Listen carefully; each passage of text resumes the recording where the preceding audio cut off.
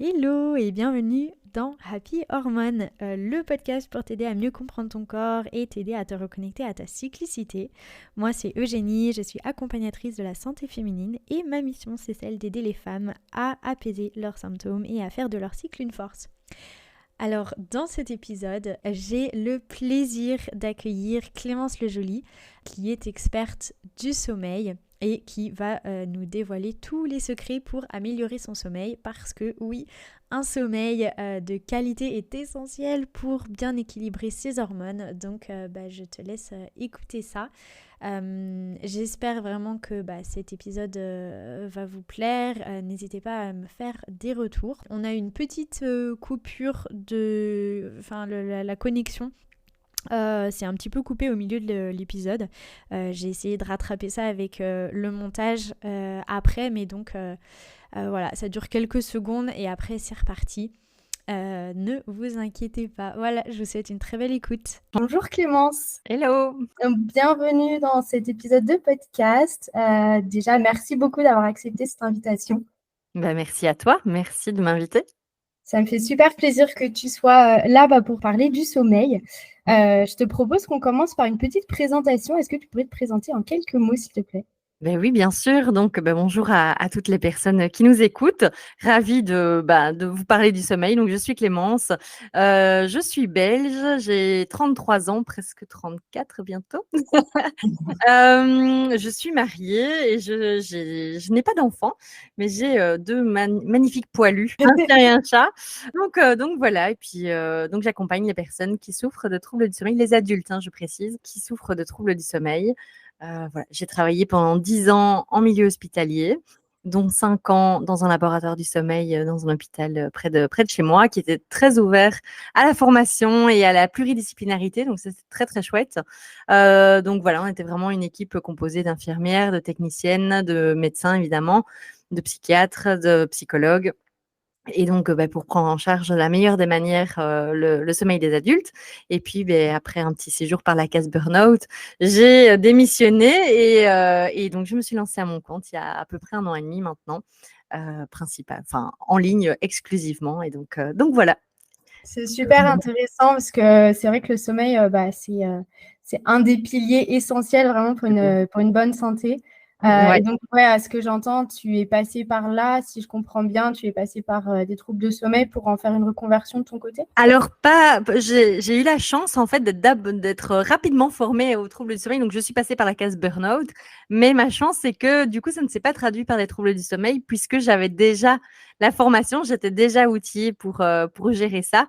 Donc non, en fait moi c'était vraiment une curiosité intellectuelle qui m'a amenée en fait qui a amené ma curiosité à essayer de comprendre les écrans de mes collègues, puisqu'en fait mon bureau était j'avais mon bureau dans la même pièce que les personnes qui travaillaient au laboratoire du sommeil et que j'étais vraiment super curieuse de les écouter parler, de les voir analyser des tracés de polysomnographie. Et voilà. Et en fait, jusqu'à présent, pourtant, je suis quelqu'un de très passionnée, je suis curieuse, j'ai envie d'apprendre plein de choses. Et du coup, le sommeil ne m'a pas encore rassasiée dans ma curiosité parce que c'est un sujet tellement large et peut-être que d'ailleurs je ne saurais pas répondre à toutes les questions aujourd'hui et c'est tout à fait ok parce qu'il y a encore tellement de choses à apprendre, tellement de choses à savoir et tellement de profils différents dans les patients à accompagner. Donc voilà, donc évidemment que j'ai eu des périodes de stress, évidemment que j'ai vécu des choses pas très cool dans ma vie les dernières années, mais j'ai eu la chance d'avoir déjà toutes les clés, toutes les connaissances concernant le sommeil, concernant moi-même, ce qui m'a permis de ne pas rentrer dans les problèmes chroniques. On va dire ça comme ça. Bien, bien. D'où l'importance de toute façon de prendre tout ça en charge à temps et de ne pas attendre que les choses empirent, etc. Clairement. En fait, je peux témoigner que je suis un de mes patients test où, en tout cas, je n'ai pas eu besoin d'attendre que ça devienne chronique pour agir et pour prendre les choses en charge, quoi. Et ça, c'est vraiment... c'est ce que je dis à mes patients à la fin des accompagnements. Je dis, on ne peut pas éviter les aléas de la vie, on ne peut pas éviter de perdre un proche, on ne peut pas éviter des périodes parfois stressantes dans la vie, mais par contre, on peut s'outiller et s'armer pour y faire face de la meilleure des manières. Et entre autres, de ne pas basculer dans les troubles du sommeil. Ça, c'est quand même l'idéal, quoi. Je suis 100% d'accord avec toi. Et d'ailleurs, ce que je vois souvent, c'est que, surtout pour celles qui nous écoutent, qui ont des troubles de déséquilibre hormonaux, etc., mais de façon générale sur la santé, concernant la santé, quand on pense à la santé, c'est vrai qu'on pense souvent à avoir une bonne alimentation, faire suffisamment de sport, avoir une bonne gestion du stress, etc. Mm. Et j'ai quand même tendance à voir, et je suis moi-même coupable il y a quelques années, de faire quand même l'impasse sur le sommeil et à négliger le sommeil. Est-ce que tu pourrais nous partager à quel point le sommeil est important? Mais je trouve que ta question déjà est super intéressante et déjà éclairante en tant que telle.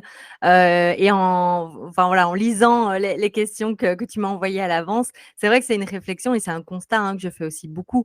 J'ai un rôle de sensibilisation très clair à mieux dormir et parfois il y a des personnes qui découvrent qu'en fait leur problème leur sommeil est problématique en découvrant mon compte Instagram, quoi, en disant: «Ah quoi, c'est pas normal, il se réveille toutes les nuits? Ah bon, je croyais».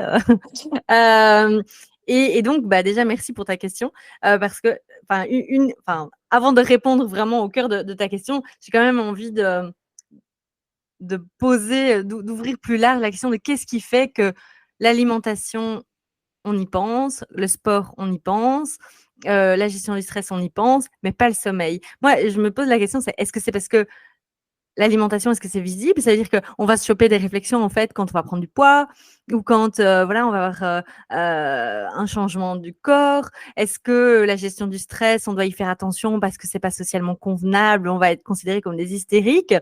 Et que quoi, le sommeil, en fait, c'est invisible. Ça se passe quand tout le monde dort, quand on éteint la lumière, personne ne voit et c'est vrai qu'en fait, ça renforce le sentiment de solitude des personnes qui souffrent, de troubles du sommeil parce qu'en fait, ils me disent: «Mais ça se voit pas, il y a personne qui peut s'en rendre compte» et elles le cachent. Elles le cachent aussi, très, très fort. Elles essayent de faire comme si tout allait bien, de montrer qu'elles ont de l'énergie et cetera, qu'elles savent gérer, tous les aspects de leur vie en même temps et donc en fait, on s'en rend pas compte. Donc est-ce que c'est pour ça que, on fait passer à la trappe totalement le sommeil alors qu'il y a quand même 1 personne sur 2, qui se plaint de son sommeil?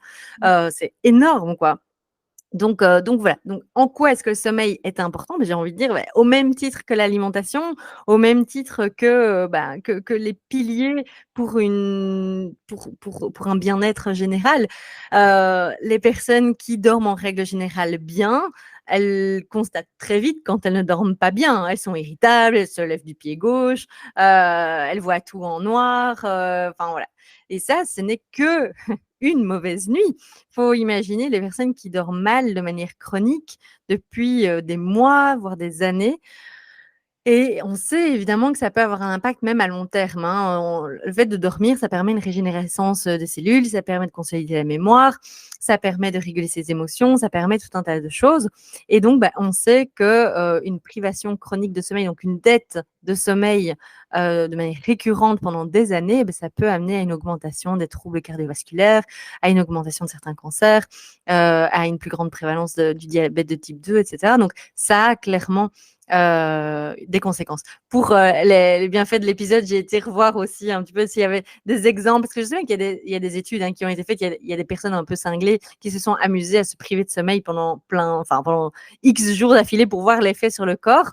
Et du coup, je suis tombée sur un article où on disait qu'un jeune Chinois a été décédé en 2012 après 11 jours sans dormir pour regarder la Coupe du monde de foot ou un truc du style. Mais bon, après, l'article disait quand même qu'il avait mixé ça à du tabac et de l'alcool. C'est vrai que ça fait quand même un mix un petit peu foireux, on est bien d'accord. Mais bon, quoi qu'il en soit, ça montre bien qu'on ne récupère pas. Même à 22 ans, on peut mourir d'une fameuse gueule de bois quand on ne dort pas. En gros, c'est ça que ça veut dire. Ouais, il y a toujours des extrêmes de toute façon dans Oui. tout et chaque étude est on Ouais. retrouve toujours des extrêmes. Mais d'ailleurs, je suis en train de lire le livre, «Pourquoi nous dormons?» que vraiment j'ai pas encore terminé, mais que je conseille de lire d'ailleurs, pour celles qui nous Yes, écoutent je parce que j'ai l'ai été, jamais lu. Ouais, non, c'est trop bien. d'accord. Merci. Ouais, je l'ai jamais lu, je connais pas. Trop bien. J'ai été choquée, du nombre d'informations que j'ai apprises par rapport à, l'impact du sommeil sur Mmh. l'apprentissage, sur, nos capacités de concentration et cetera et à quel point, le manque de sommeil est un réel danger, pour tout ce qui est, santé, concentration et cetera et à quel Clairement. point l'impact était énorme. Alors on parle pas forcément d'une nuit et encore, Mmh. mais ouais, le manque de sommeil à répétition. En fait, je pense que les personnes qui dorment mal une nuit, elles peuvent facilement mettre leur trouble d'humeur ou leur irritabilité ou leur manque de concentration sur leur mauvaise nuit. Là où moi, ça m'interpelle et ça devient vraiment problématique, ce sont les personnes qui dorment mal toutes les nuits depuis des années et qui ne mettent plus leur état sur le compte de leur mauvaise nuit. Donc, ce sont des personnes qui sont soit épuisées ou soit à l'inverse complètement survoltées. C'est possible aussi d'être en mode pile électrique. Ce sont des personnes qui n'ont plus confiance en elles, qui sont hyper stressées. Et en fait, elles n'attribuent plus ça à leurs troubles du sommeil. Elles attribuent ça à leur manque de volonté, à leur manque de détermination, voilà, à leur manque d'organisation. Et c'est là que je disais tout à l'heure que j'ai aussi un rôle de sensibilisation en disant, oui, mais non. Si tu ne dors pas bien, si tu te réveilles toutes les nuits, 3, 4, 5 fois par nuit depuis des années, forcément, tu peux pas être en pleine forme, quoi. Ça, c'est évident. Ouais, c'est génial comment tu as abordé la réponse d'ailleurs parce que, quand tu parlais, je me suis dit: «Oui, mais en fait, on est tellement dans une société où on met en avant la productivité Mmh. et où, moi, je vois certaines personnes travailler encore tard le soir, Clairement. où je me dis: «Mais c'est arrêtez en fait, ça sert à rien» et moi-même, des fois, je suis coupable et je l'ai été, il y a quelques années où, je sais pas si tu connais les chronotypes, Oui, il y a oui. les chronotypes, lion, ours, dauphin et il y a un chronotype qui est mis en Mmh. avant qui justement a une productivité accrue le soir et je me suis Oui. beaucoup retrouvée là-dedans, Alors oui, et je me ouais. suis dit: «Ah c'est normal de toute façon, j'ai une énergie, accrue le soir donc c'est le moment d'en profiter». Sauf que du coup et puis surtout pendant les études, sauf que, voilà, on travaille tard le soir et du coup, on va se coucher aussi plus tard. Et voilà et en fait, tout est décalé et Ouais. avec le SOPK aussi, le cycle du cortisol qui est complètement décalé et en fait, c'est pas normal d'être fatigué le matin et Ouais. d'avoir, ce pic d'énergie le soir. En fait, tout devrait être inversé. Il y a des personnes effectivement qui ont des chronotypes un peu décalés, mais je pense que tu fais référence au chronotype dauphin, qui est décrit comme la moitié du cerveau qui dort pendant que l'autre reste éveillé, un état d'hypervigilance, peu d'heures de sommeil, etc., etc. Et en fait, et c'est là que moi ça me pose problème parce que c'est décrit comme un chronotype. Et donc il y a beaucoup de personnes qui disent ah ben oui mais moi je suis comme ça, j'ai ce chronotype là. Non en fait tu as juste des troubles du sommeil. Ce que tu me décris là, c'est un trouble du sommeil. Le fait de te réveiller pendant la nuit parce que tu as plein d'idées, même que ce soit positif, hein, c'est pas forcément négatif, mais c'est pas normal en fait. Normalement, quand tu dors, ton cerveau il est plus censé se réveiller pour prendre des notes sur tes projets en cours, quoi. Non, c'est qu'il y a, il y a un truc qui est pas bon là. C'est déjà un signe qu'il faut aller creuser et que c'est pas normal, quoi. Clairement. Ouais. Et niveau, pour celles qui nous écoutent, niveau impact hormonal, c'est vrai qu'il y a tout un impact sur la glycémie, la régulation, de la glycémie, de la gestion du stress, tout ce qui est risque plus élevé de compulsions alimentaires, de Bien risque de sûr, diabète de type 2 et cetera. tout à fait. Donc à long terme, c'est pas bon et c'est à prendre à temps. Risque de prise de poids et cetera. Oui. Alors c'est marrant, j'avais vu, 1 Français sur 3 souffrait de troubles du sommeil. Toi, tu me dis 1 Français sur 2, 3 ou 1 Mais sur je 2, suis moi belge. je suis choquée. Alors, une personne sur 2 se plaint de son sommeil. C'est pas pour ça qu'il y a des troubles du sommeil derrière. Je pense effectivement, comme tu dis très bien, qu'on est dans un monde où on doit être hyper performant, où on doit être tout le temps au taquet et donc en fait, notre, niveau d'exigence de base, c'est déjà élevé. Tu vois? Moi, je suis parfois confrontée à des personnes qui ne supportent pas l'idée d'avoir des moments de creux, en cours de journée. Mais en fait, c'est normal. Enfin, tu peux pas être, au taquet, même 8 heures par jour, même si tu es salarié. Tu peux pas être au taquet de la même manière, avec la même énergie 8 heures sur ta journée. C'est physiologiquement pas possible. Donc, je pense qu'il y a aussi, de ça. Donc oui, une personne sur 2 se plaindrait de son sommeil, mais après effectivement, il faut distinguer la plainte et le trouble véritable du sommeil, quoi. Ça, c'est important. Il y a les maladies du sommeil et puis il y a les troubles du sommeil, c'est pas encore tout à fait la même chose. Les maladies, c'est vraiment une cause physique, physiologique. Donc là, on parle plutôt d'apnée du sommeil, de syndrome de jambes sans repos, des mouvements périodiques des membres inférieurs, des hypersomnies, des parasomnies, des choses comme ça. Ça, c'est un diagnostic médical, en tout cas qui nécessite dans la majorité du temps un test du sommeil pour l'objectiver. Et puis, mais après, c'est pas parce qu'un test du sommeil, et ça c'est important pour les personnes qui nous écoutent, qui ont peut-être déjà fait un test du sommeil, c'est pas parce qu'il n'y a rien au test du sommeil qu'il n'y a pas un trouble du sommeil. Ça veut juste dire qu'on n'a rien vu comme cause physiologique. Ça ne veut pas dire que la personne n'est pas en souffrance. Et ça, et c'est là généralement que le bas blesse, parce que c'est comique parce que je ne pensais pas du tout parler de ça, mais je pense que c'est vraiment important, surtout chez les personnes qui sont dans un contexte médical. Généralement, les médecins, comme eux, leur job, c'est de détecter des maladies, les médecins, ils s'arrêtent là. Et je l'ai constaté, hein, et c'est une réalité parce qu'ils n'ont pas le temps, ils ont pas, voilà, ils sont pressés comme des citrons. Je dis pas le contraire, hein. Mais ils disent, ben voilà, en fait, il y a rien. Il y a rien, tout va bien. Ou pire encore, ils peuvent dire c'est psychologique, allez voir un psy. Et donc, ben, du coup, c'est pas très vendeur, hein, présenter ça comme ça. C'est pas très sexy, hein, de se dire qu'on va aller se rabattre par aller voir un psy, alors qu'en fait, c'était nous la bonne solution de base. Donc voilà, ça veut pas Mais dire qu'il n'y a pas de souffrance. Ouais, et du coup, par rapport aux troubles du sommeil, quelles sont les causes principales? J'imagine que c'est le stress, le surmenage. Quelle cause principale de troubles du sommeil tu vois, toi, dans tes consultations?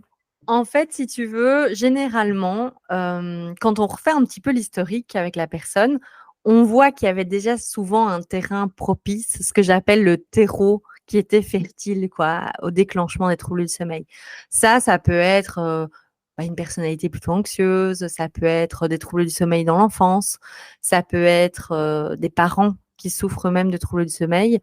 C'est pas pour ça que c'est génétique, mais en tout cas qu'il y a une culture, en tout cas, du trouble du sommeil dans la famille. Voilà, il peut y avoir eu des choses comme ça. Après, qu'est-ce qui fait qu'une personne va, enfin, c'est ce qui va faire peut-être qu'une personne, face à un tel événement, va déclarer un trouble du sommeil ou pas. Mais généralement, en fait, il y a un élément déclencheur, souvent. Après, j'ai parfois des personnes qui ont des troubles du sommeil depuis l'enfance, hein. Elles ont toujours mal dormi, elles ont toujours, aussi loin qu'elles se souviennent, le sommeil a toujours été un problème. Ça, c'est un cas de figure. L'autre cas de figure, ce sont des personnes qui dormaient très bien et puis boum, du jour au lendemain, enfin voilà, moi j'ai vécu ça au décès de mon papa, c'est ce que je disais tout à l'heure, hein. J'aurais pu clairement développer des troubles du sommeil à ce moment-là parce que je me réveillais toutes les nuits. Ça arrive, un licenciement, un divorce, un déménagement, un gros changement de vie et généralement là, ça craque. Après, c'est plus ça le problème, tu vois? C'est plus ça, au moment où je rencontre les personnes, c'est plus ça le problème. Moi, mon papa, ça fait 3 ans qu'il est décédé, c'est plus, enfin, mon deuil, il est fait, la situation, elle est passée, c'est plus ça le problème. Le problème, c'est tout ce qui vient maintenir le problème en place. Tu vois? C'est tout ce qu'on a miné et c'est dramatique, c'est malheureux, en fait, parce que c'est tout ce que les personnes ont essayé de faire pour mieux dormir et qui n'a pas marché. Donc et qui, voire même parfois, ont été contre-productifs et on y reviendra très certainement en détail sur les choses à faire et à ne pas faire. Mais voilà, et en fait, je vais dire, c'est une combinaison de un terrain propice, un élément déclencheur et des facteurs qui sont venus entretenir, le problème en place. Voilà. Et donc, ouais, voilà, comme toujours, faut creuser tout ça pour avoir tous les outils en main. Je te propose qu'on fasse un petit jeu. Donc, il y a pas mal d'idées reçues, comme voilà, on a pu en parler déjà par rapport au sommeil. Alors moi, je vais te proposer de répondre par vrai ou par faux et d'argumenter ta réponse si tu en as envie. Donc, let's go. La première question, c'est la quantité de sommeil est plus importante que la qualité de sommeil. Et donc, qu'est-ce qu'on peut qualifier d'une bonne nuit de sommeil? Alors, faux, c'est la qualité du sommeil qui primera toujours à la quantité. Toujours, toujours, toujours. Et justement, ça me permet de rebondir sur ce que je viens de dire. C'est souvent un travers qui amène à une aggravation des problèmes. Donc, quand les personnes, quand elles dorment pas bien, elles vont chercher et je comprends leur logique derrière, mais ça tient pas la route, mais je comprends la logique derrière de: «J'ai mal dormi, donc je vais chercher à dormir plus». Ouais, Tu je ne voulais te dors pas. demander justement, est-ce qu'il faut mieux rester 8 heures au lit, somnoler un petit peu plus ou avoir une nuit de 6 heures dans laquelle, on a eu un sommeil profond, mais on a eu 6 heures, quoi. Mais du coup, ouais, c'est vraiment la qualité qu'on Alors regarde d'abord. oui, alors c'est toujours la qualité qui prime. Après, pour certaines personnes, 6 heures de qualité, elles vont péter la forme. Mais pour d'autres personnes, là, on bascule non pas sur les chronotypes, mais sur les courts dormeurs, les moyens dormeurs ou les gros dormeurs. Il y a des personnes qui ont besoin de 6 heures de sommeil par nuit. Et donc, elles vont dormir 6 heures, elles vont péter le feu, tout va très bien aller. Moi, je suis plutôt personnellement aux alentours de 8h, 8h30. Si j'en dors 6, bon, une nuit, ça devrait aller, mais si j'enchaîne plusieurs nuits d'affilée à 6 heures, ça va commencer à piquer. J'aurai une bonne qualité, mais ça va quand même commencer à piquer, d'accord?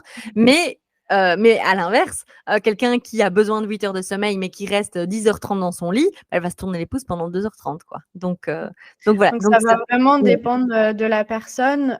Donc, il y a quand même des différences selon les besoins de la personne. Oui. Mais comment on peut mesurer, du coup, si on a eu un sommeil de qualité par rapport à ses besoins?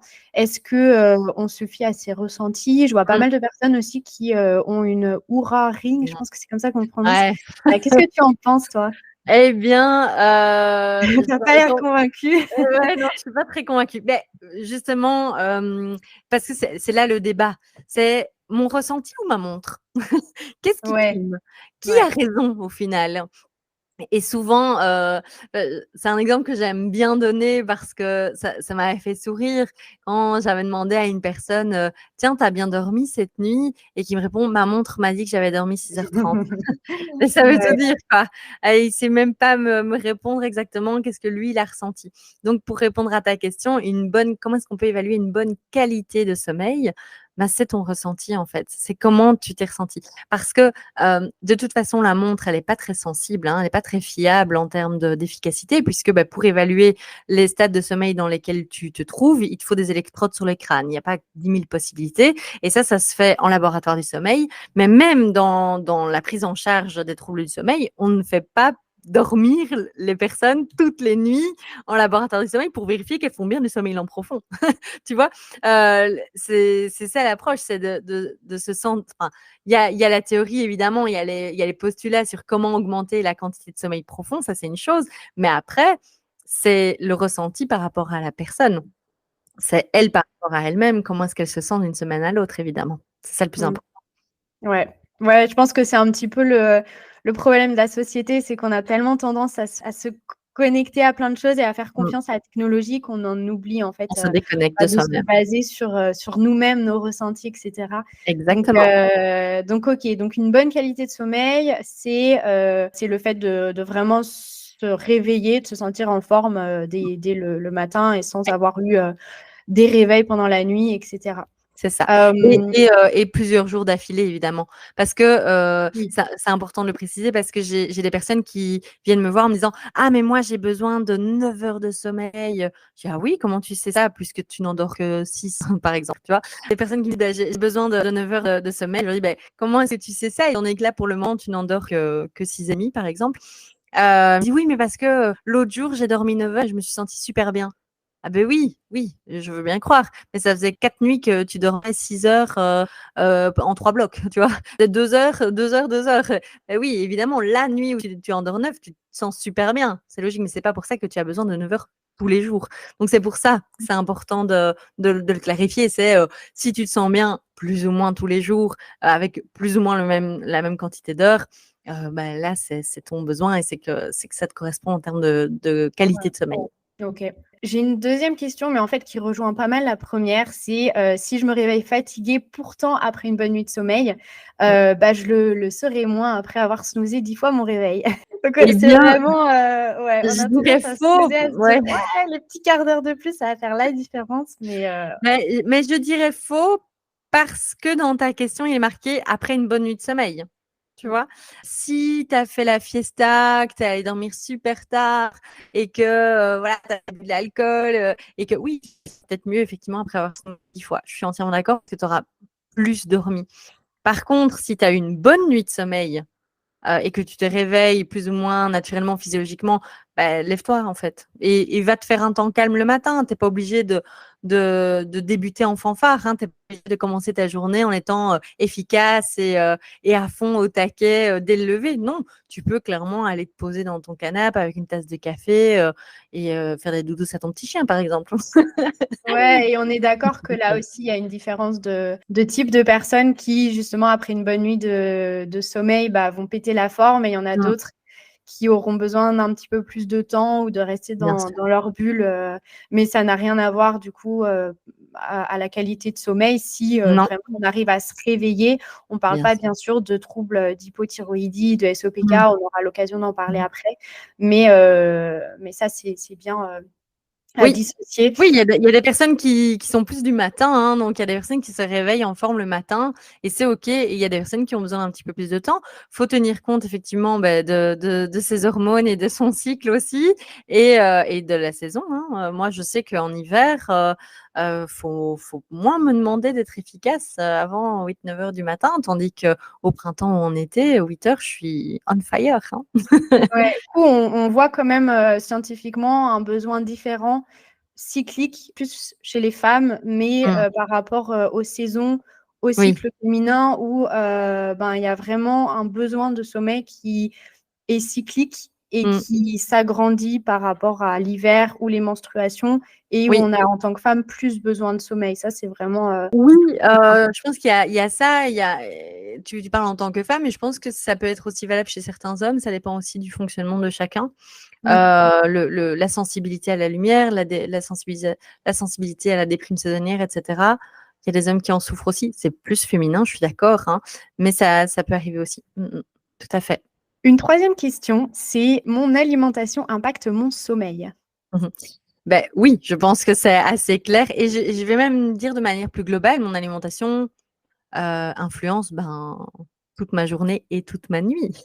Parce que généralement, quand on veut mieux dormir, c'est pour être en meilleure forme la journée et donc si on fait n'importe quoi au niveau de l'alimentation, forcément, ça ira moins bien au niveau de l'énergie. Mais oui, enfin et je pense même, si je suis, je sais pas moi, sensible, si j'ai du reflux gastro-œsophagien et que je mange, 3 litres de jus de tomate, avant d'aller dormir, je vais mal dormir, je vais ronfler, ça va pas aller, je vais avoir le brûlant, je vais pas péter la forme, quoi. Ouais. L'alcool, évidemment, l'hydratation. L'hydratation, c'est important d'être hydraté, mais pas trop tard dans la soirée non plus, parce que nombre de personnes qui se réveillent pour aller aux toilettes en plein milieu de la nuit et qu'on me dit: «Oui, non, mais moi, je suis comme ça». Oui, mais non, tu as 25 ans, c'est pas normal, hein, de se réveiller la nuit, pour aller aux toilettes. Normalement, justement, tes reins, ils sont censés ralentir et tu as moins de volume urinaire en cours de nuit pour te permettre de tenir ta nuit. Donc non, ça, c'est pas logique. Ouais, non, c'est sûr qu'il faut creuser, mais par rapport à ouais, l'alimentation, l'activité physique, tout ça, Oui, ça va bien sûr, influencer la qualité du sommeil. bien Par sûr. contre, on est d'accord que c'est vraiment pas facile quand on a eu une mauvaise nuit de sommeil et que je pense qu'on a Mmh. toutes ressenti qu'une mauvaise nuit de sommeil égale pas l'envie de bouger, pas l'envie de Clairement, cuisiner. On va plus facilement se jeter sur l'alimentation ultra transformée et on est vite bien dans un sûr. cercle vicieux, très compliqué d'en sortir. C'est oui, le terme même de cercle vicieux, c'est tout à fait ça, exactement. Ouais, donc toi, de ton côté, j'imagine que tu dois tout voir, tu essaies de casser ce cercle vicieux, Ouais, d'y aller un exact, petit peu par tous les côtés ouais, ouais, et de tout travailler à sur fait tous ça. les points en même temps parce que il n'y a Ouais, pas l'un sans l'autre, quoi. Donc c'est hyper c'est ça. important de voir la santé et la cause de façon multidisciplinaire, du coup. Il reste encore 3 questions. Alors, faire 8 heures de sommeil et commencer à 22 heures, c'est pareil que faire 8 heures de sommeil et les commencer à 1 heure du matin. Alors, C'est pourquoi trop je te bien. demande ça? Parce que j'avais lu que les heures de sommeil commençaient après minuit, elles comptaient quelque chose, hein. Alors, tu vas me dire, elles comptaient Agnès, à peu près 2 fois moins ou quelque chose comme ça que si on les commençait avant minuit. Alors, est-ce que, quel est ton avis merci par pour ta rapport à ça? question. Ouais, l'adage, c'est les heures avant minuit comptent double.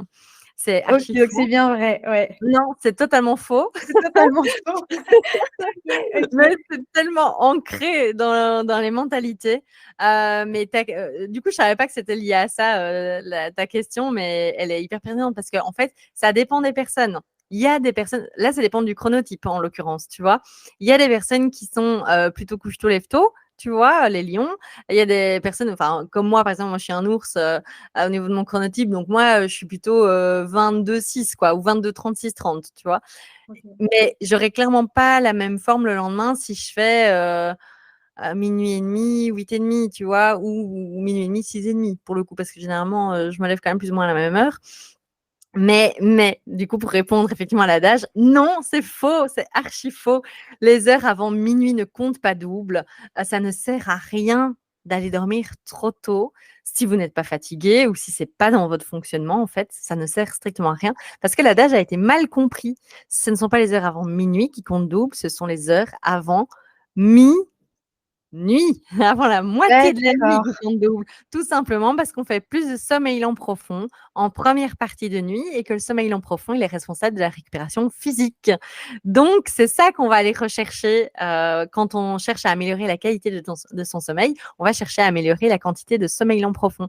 Donc, la première partie de la nuit. C'est ça l'adage. Les heures avant Hyper la première intéressant. moitié de la nuit. Ouais.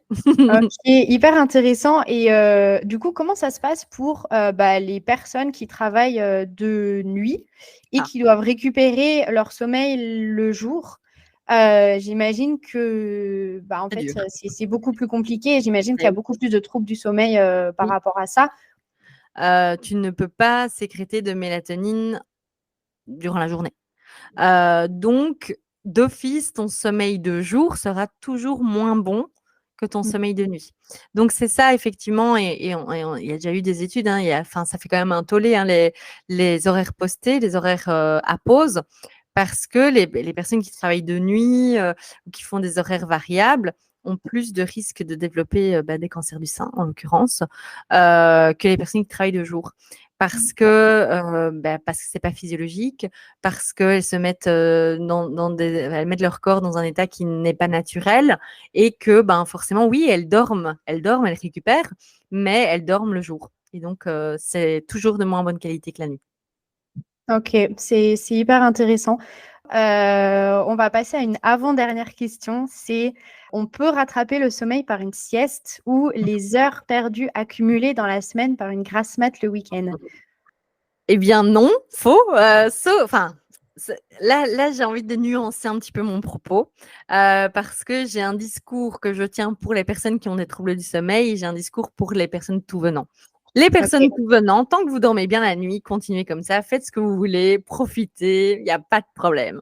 Par contre, si vous avez depuis plusieurs mois des réveils nocturnes, des difficultés d'endormissement, des choses comme ça, c'est vraiment à éviter. Et le mot, en fait, charnière dans ta phrase, c'est pour récupérer d'une mauvaise nuit. Tu vois, ça, c'est vraiment l'idée qu'on a tous, hein, que j'avais avant d'être formée au sommeil, qui est à détruire, à déconstruire. On ne récupère jamais d'une nuit passée. On est là maintenant, toutes les deux, en train de préparer notre nuit suivante.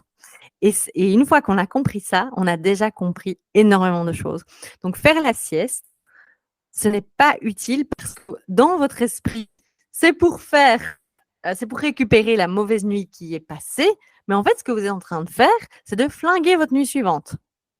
Et donc là, c'est le chat qui se mord la queue. Par contre, vous avez un petit coup de pompe, vous savez que vous allez manger au resto, que vous sortez avec des copines ce soir et que vous allez rentrer super tard et que du coup, vous n'avez pas envie de passer une mauvaise soirée à lutter contre la fatigue, faites une petite sieste. De toute façon, vous irez dormir plus tard. Il n'y a pas de souci avec ça.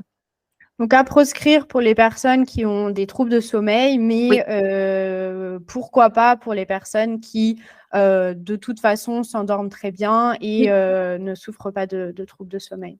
Ok. Exactement.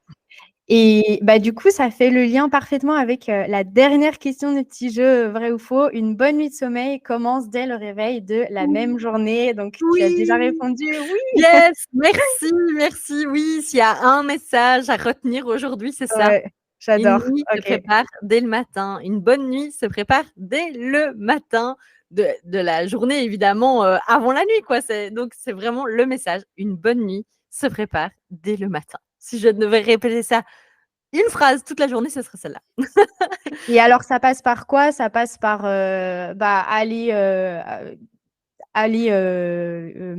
prendre la lumière du jour le plus tôt possible dès son réveil, la chrononutrition aussi, Ouais. Ça commence déjà l'activité par se physique. lever. Ouais, tout à Ouais, fait. c'est Ça vrai. commence mais non, mais c'est vrai, ça commence par là, en fait. Certaines personnes, ont une variabilité de leur heure de réveil.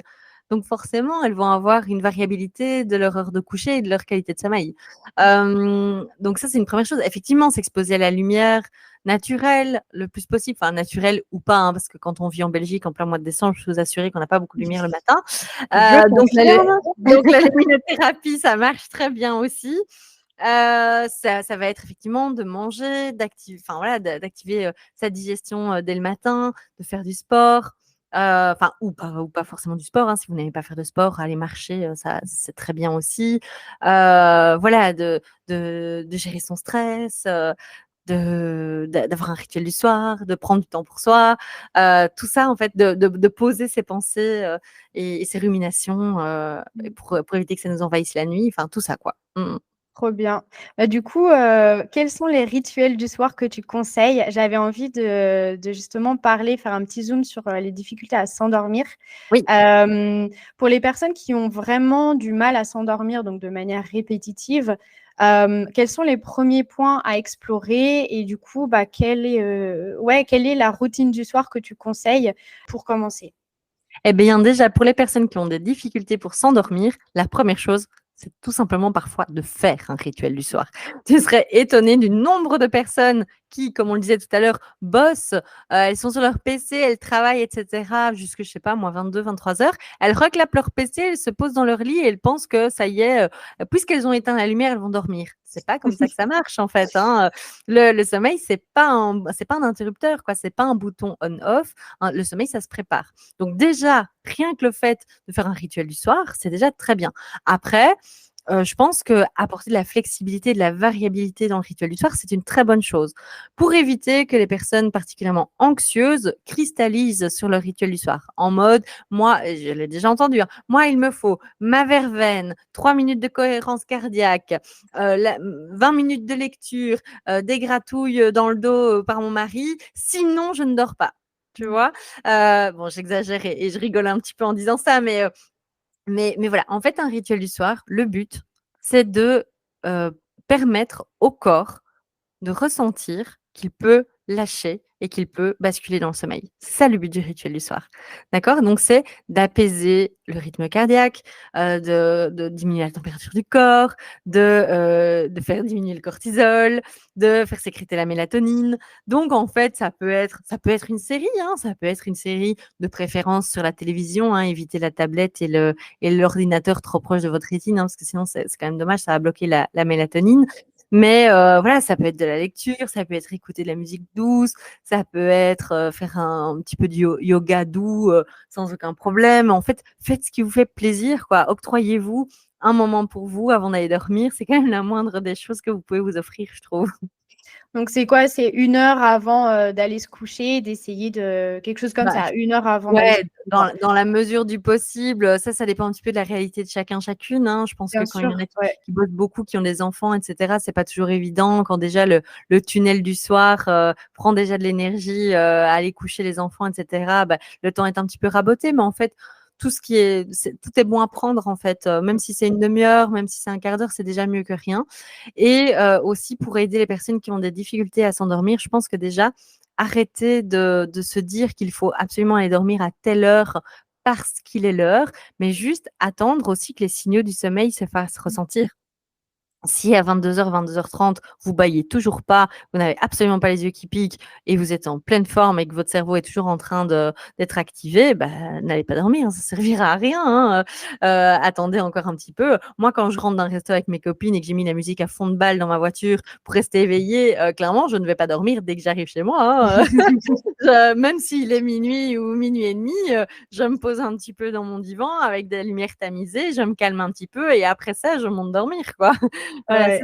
ça semble C'est enfin, normal, hein, logique, ça mais semble, ouais, c'est normal. Mais oui, donc vraiment se fier au ressenti. Ah oui, et du coup, quand on sent les signes du sommeil qui commencent à venir, ne pas essayer de les combattre aussi, mmh, parce que très souvent, on sent qu'on baille, et cetera, mais on se dit: «Ouais, non, on va grappiller encore 1 heure ou 2 à regarder ouais, Netflix», et en ouais. fait, ça empire la chose, et Mais on ça arrive encore dépend. moins à dormir, quoi. Alors oui et non, ça dépend, chez certaines personnes, oui, tu vois, si tes signaux du sommeil, ils arrivent genre vers 23h, quelque chose comme ça, oui, OK, va dormir. Par contre, il y a des personnes qui ressentent plus facilement la fatigue que d'autres, la somnolence que d'autres. J'en fais partie. Moi, certains soirs, si j'écoutais mon niveau de somnolence, je m'endormirais à 20h30, tu vois? Parfois, ça peut m'arriver de craquer et de m'endormir devant une série. Bon, j'aime pas ça parce que du coup, généralement, après ça, je me réveille, comme tout le monde.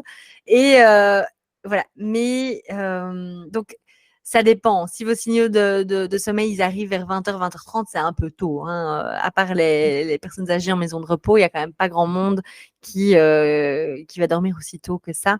Et surtout parce que ça veut dire, si on espère se lever à 6h du matin, ça veut dire que ça nous fait une nuit de 10 heures, quoi. C'est quand même énorme.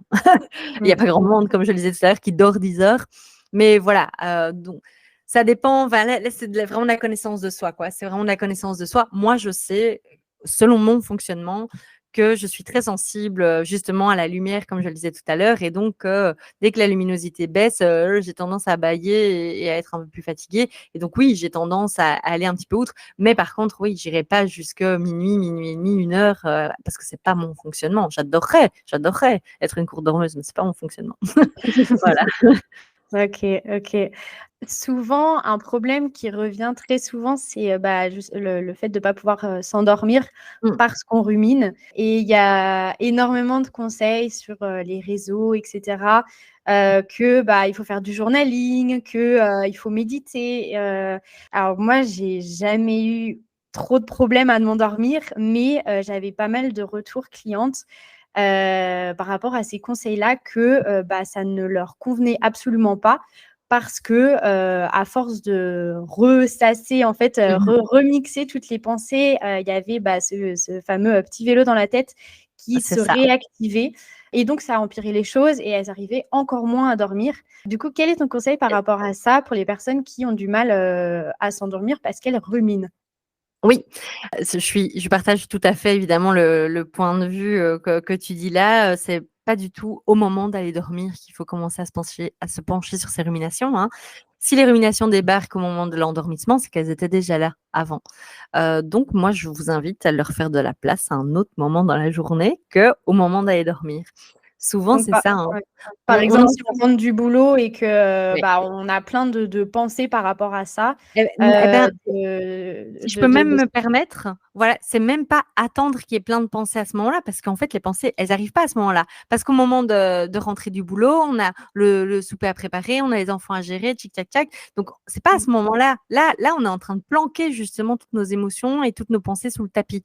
Et en fait, on secoue le tapis au moment d'aller dormir. C'est pas une bonne solution.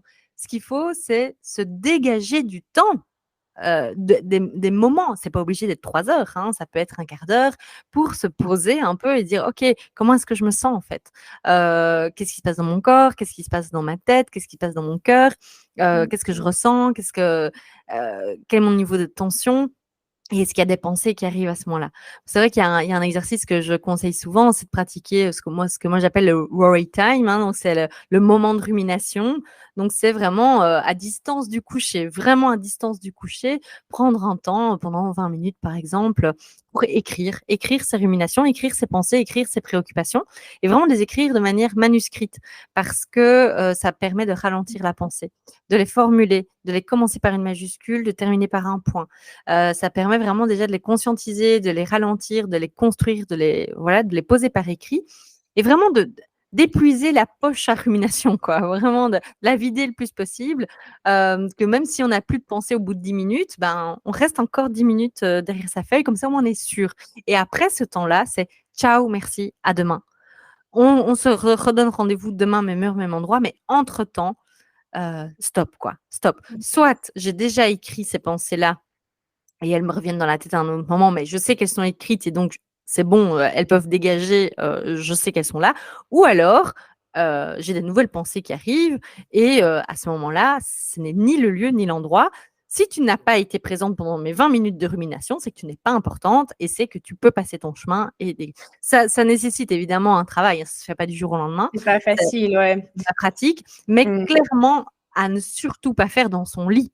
Surtout pas faire dans son lit au moment de. Mais voilà, et tout ce qui est méditation, cohérence cardiaque, c'est génial, bien sûr, pratiquez, pas dans votre lit, vous n'avez pas besoin de ça pour dormir. Le sommeil, c'est naturel, c'est physiologique, on n'a pas besoin de méditer pour s'endormir. Par contre, peut-être que vous avez besoin de vous octroyer des moments de méditation ou simplement de respiration ou de pause ou des moments seuls avec vous-même en journée pour permettre justement d'avoir un petit peu plus d'espace mental et de pause mentale et pour éviter que ça débarque en plein milieu de la nuit, quoi. Voilà. Ouais. Donc, comme le conseil que tu avais donné au début, c'est exactement ça. C'est si on a des troubles de sommeil, c'est que ce soit rumination ou autre, de regarder qu'est-ce qui s'est passé pendant la journée, qu'est-ce que j'aurais pu mettre en place beaucoup plus tôt dans ma journée Ouais. pour essayer de mieux gérer ça. Et donc, ça fait aussi partie des ruminations de pas attendre le moment d'aller se coucher pour penser à tout ça, parce que ça vient empirer les choses. Par rapport au réveil nocturne, pour les personnes qui se réveillent du coup fréquemment la nuit, pour qui c'est un réel problème et qui n'arrivent pas à se rendormir après du coup, quels sont les conseils par rapport à ça? Est-ce que c'est vrai que si on reste dans le lit, on y pense encore plus Oui. et on arrive encore moins à s'endormir? Quels sont tes conseils à toi pour les personnes qui n'arrivent pas à se rendormir après s'être réveillées la nuit? Et ben, c'est pas très facile en fait c'est pas si évident que ça de répondre à cette question parce que c'est tout un tas de choses, tout un tas de consignes, hein, tu vois? Parce que, comme, pour rebondir sur ce que tu venais de dire juste avant, c'est qu'effectivement la nuit, à 23h quand on va dormir, elle est presque déjà écrite, j'ai envie de te dire, en fonction de ton niveau de stress, en fonction de ce que tu as fait la journée et cetera. Donc, je veux dire, c'est presque déjà écrit si tu vas avoir des réveils nocturnes ou pas. Mais néanmoins, effectivement, il y a des choses vraiment à garder en tête. C'est déjà, d'une part, la première chose, c'est de dégager votre réveil. Parce que je sais ce qui accompagne un réveil nocturne, hein, ce qui C'est accompagne horrible cette sensation oui, ce de voir réveil-là l'heure qui qui nous défile, nargue, dire: ouais. «Regarde-moi, regarde-moi, regarde l'heure qu'il est, regarde combien de fois tu t'es réveillé cette nuit, Et à quelle» voilà. c'est pire avec les bruits, de TikTok, Ah oui, ouais, les bruits des pendules et des horloges, qui ouais. font du bruit là, ouais. Ouais, c'est clair. Donc le réveil, retournez-le, hein, ne soyez pas tentés de regarder l'heure parce que ça énerve plus qu'autre chose, en fait. C'est ça que ça crée. C'est vrai. Comme je dis souvent, le réveil, ça ne sert qu'à réveiller. C'est son nom, hein. Un réveil, c'est fait pour être réveillé le matin, c'est fait pour sonner, c'est tout. Ouais. C'est son seul job. Et effectivement, des réveils où on sent qu'on est vraiment réveillé, qu'on commence à se tourner dans tous les sens, que le cerveau commence à se réactiver, etc. Ça ne sert à rien de rester dans son lit dans ces cas-là.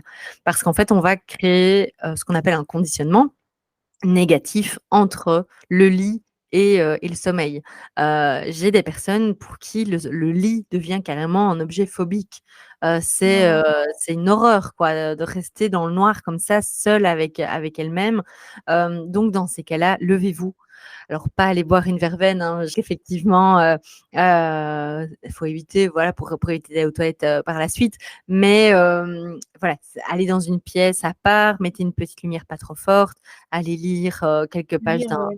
bouquin, pas Harry Potter quoi, pas Stephen King, hein, sinon vous passez votre nuit à faire ça, hein, d'accord? Donc un truc pas trop, stimulant évidemment, histoire de pouvoir retourner dans votre lit au bout d'un quart d'heure, 20 minutes plus ou moins. Ça sert à rien d'attendre que le sommeil revienne ou quoi. Donc voilà, on lit quelques pages et puis on se remet dans le lit et pas finir la nuit dans le canapé non plus, quoi, parce que c'est quand même pas très confortable.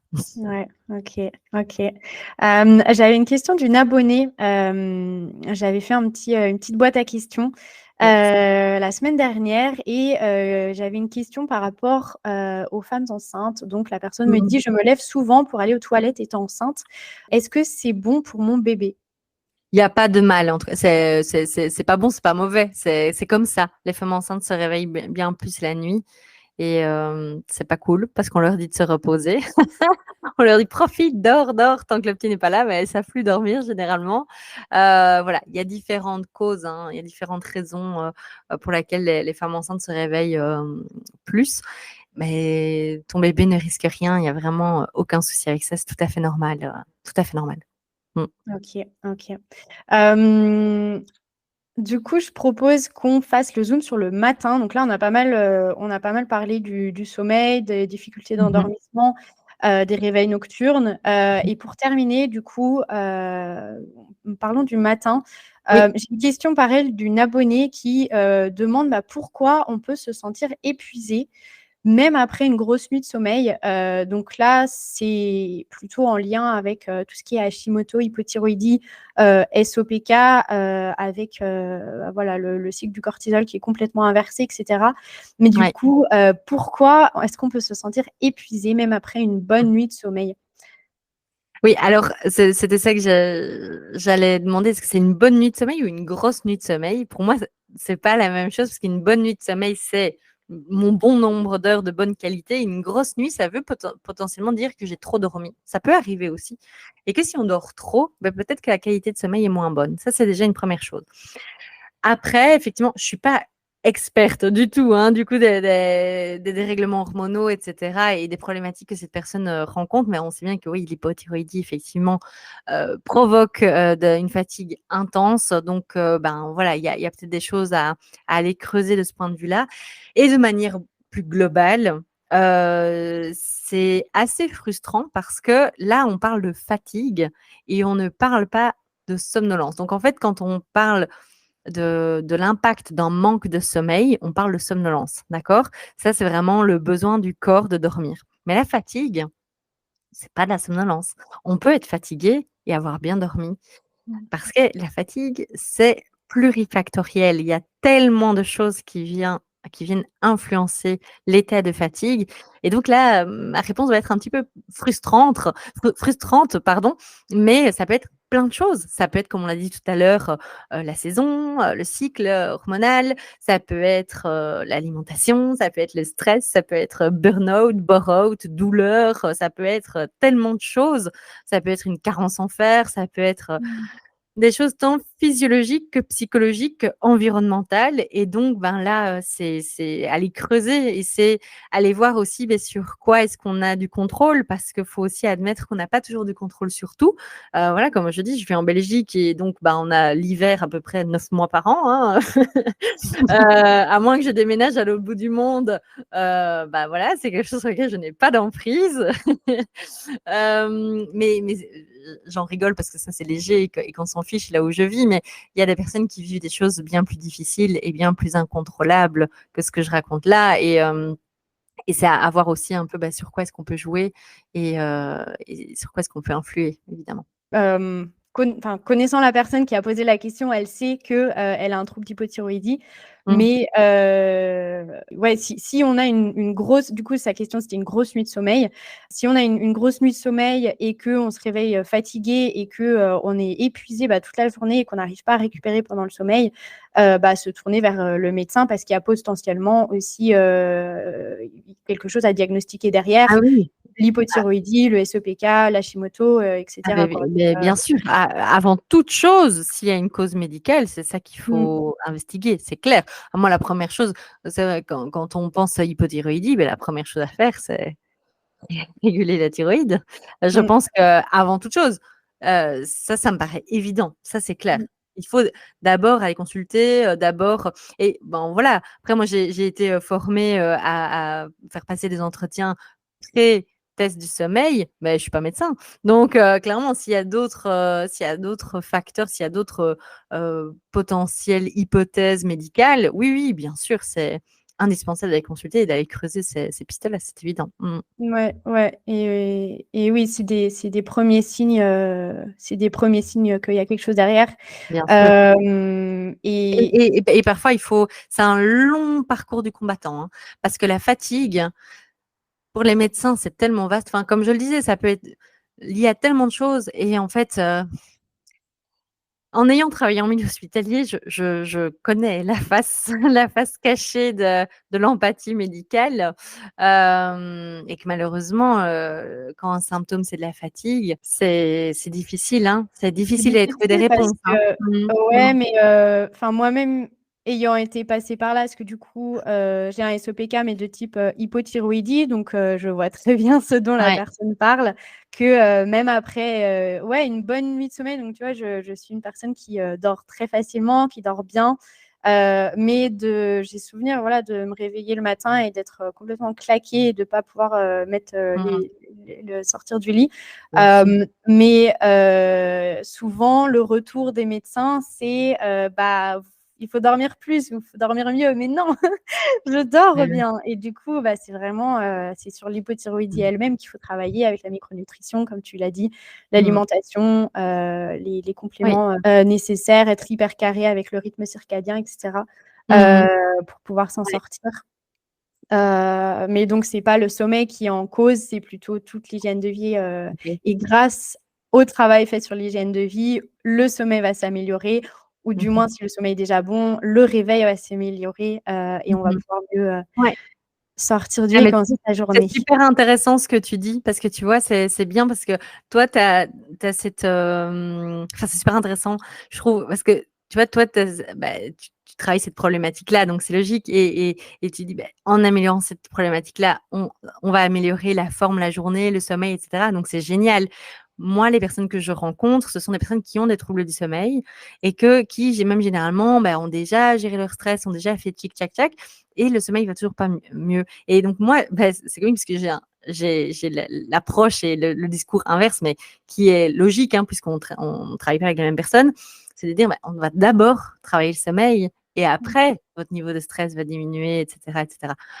Mais donc, du coup, c'est super intéressant aussi parce que je suis convaincue, évidemment, que des troubles hormonaux, et cetera, forcément, ont un impact sur le sommeil, sur la qualité de sommeil, sur la forme, la journée, c'est évident.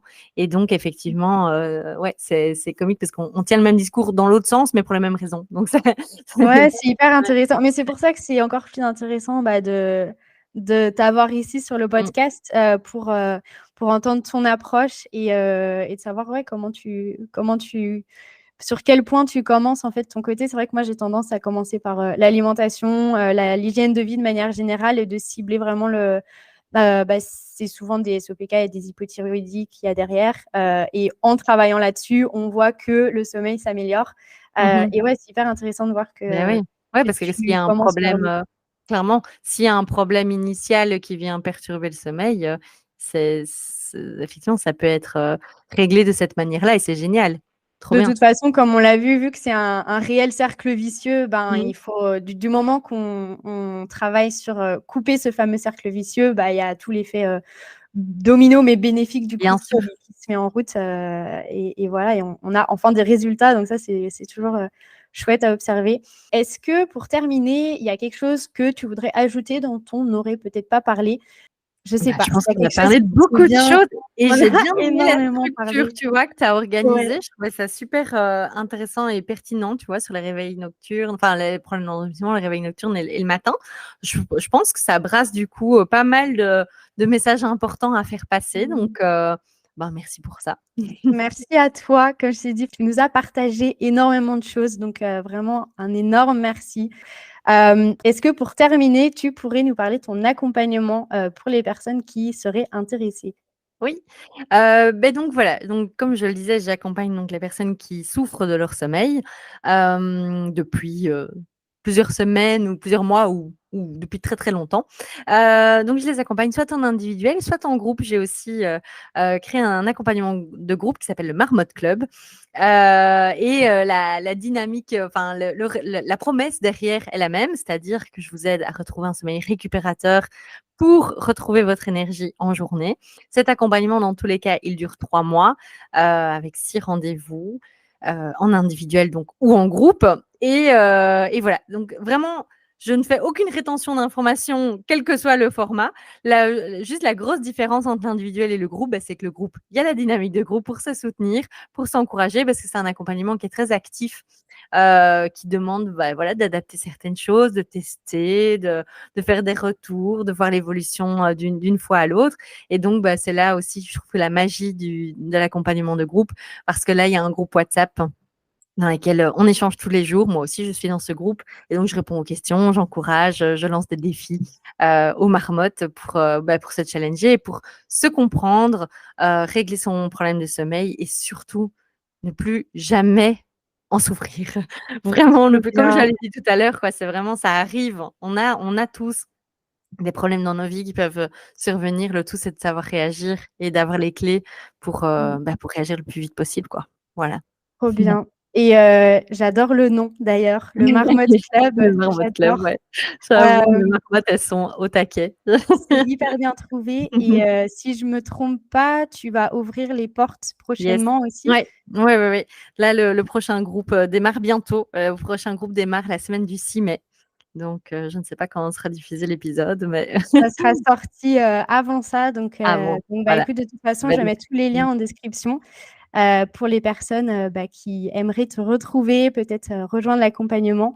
Grand plaisir.